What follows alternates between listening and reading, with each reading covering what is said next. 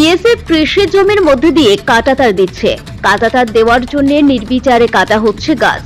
প্রতিবাদে বনগাঁ গোপালপুর রাজ্য সড়কের বর্ণবেড়িয়াতে রাস্তায় গাছ ফেলে অবরোধ করল কৃষকরা।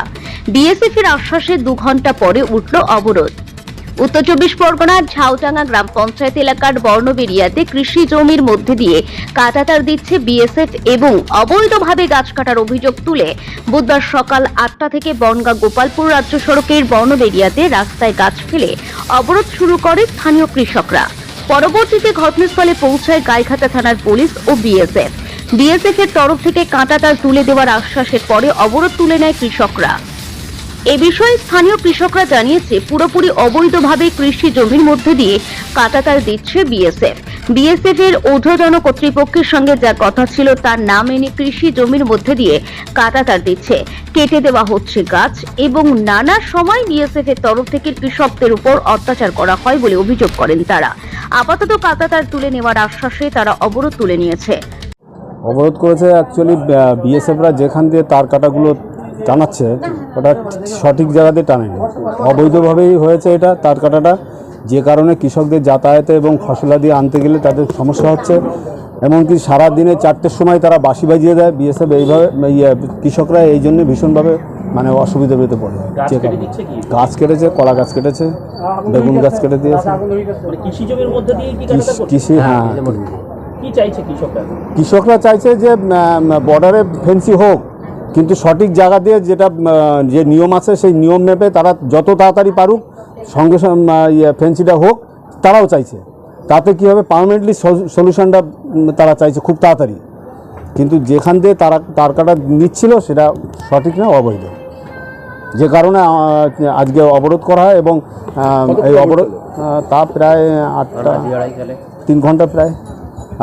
তারপরে আমরা সেখানে গেলাম, আমি পঞ্চায়েতের মেম্বারের পক্ষ থেকে বলছি, সেখানে আমরা প্রধান এবং অন্যান্য মেম্বাররা চাষিরা সেখানে গেলাম। যাওয়ার পরে সেই তার কাটা তারা তুলে দিচ্ছে দেখে পুলিশ প্রশাসন এসেছিল, তাদের আশ্বাসে আমরা অবরোধ তুলে দিই। আমার নাম সমীর মজুমদার। থেকে বাংলাদেশ সাইড থেকে পুরো তার টেনে ইন্ডিয়ার ভিতরে ঢোকাচ্ছেন, যে ফেন্সিং এর করছে বিএসএফ। বর্ণবাড়িয়া ডোবারপাড়া ক্যাম্পের পোস্ট কমান্ডারের অর্ডারে বিএসএফরা করছে।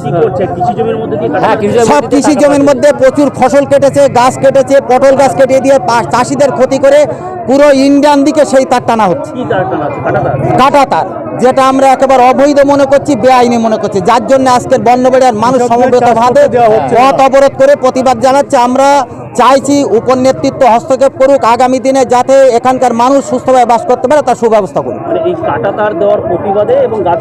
কাঁটাতার মানে বৈধ কাঁটাতার না, উনি ইচ্ছাকৃত, যেটা সরকারিভাবে যে কাঁটাতার হচ্ছে, যে ফেন্সিং, এখানে এখনো জমির এনওসি নেওয়া হয়নি। আমরা দেওয়ার জন্য প্রস্তুত। বিডিওকে বলেছি, বিওলারকে বলেছি, এখনো নেওয়া হয়নি।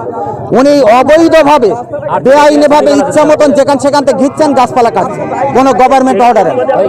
এর প্রতিবাদে আমাদের অবরোধটা ঘন্টা 3 চলছে।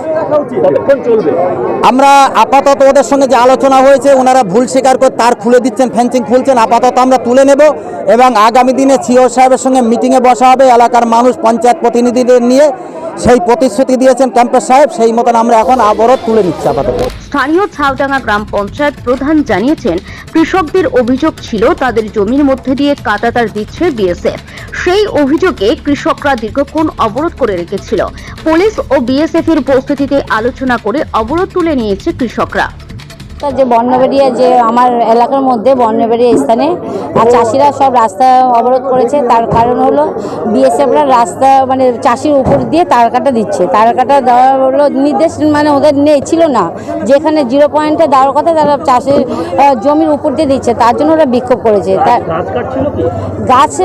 গাছ বললো ওরা কেটেছে, কিন্তু আমি গিয়ে দেখলাম কিছু কিছু গাছ 0 পয়েন্টে কাটা রয়েছে, কিন্তু জমির উপরে নেই। আর এখন মূলত বিএসএফের সাথে কথা বললাম, ওরা তারবন্দিটা ছেড়ে দিচ্ছে, তার কাটাগুলো তুলে নিচ্ছে, ওদের জায়গা মতো তার কাটা দিয়ে দেবে। হ্যাঁ, অবরোধ করেছিল। অবরোধ 45 মিনিট হয়ে গেছে।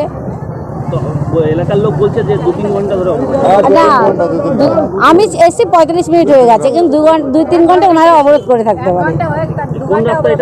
এটা হলো ঝাউডাঙ্গার মধ্যে বর্ণবেড়িয়া।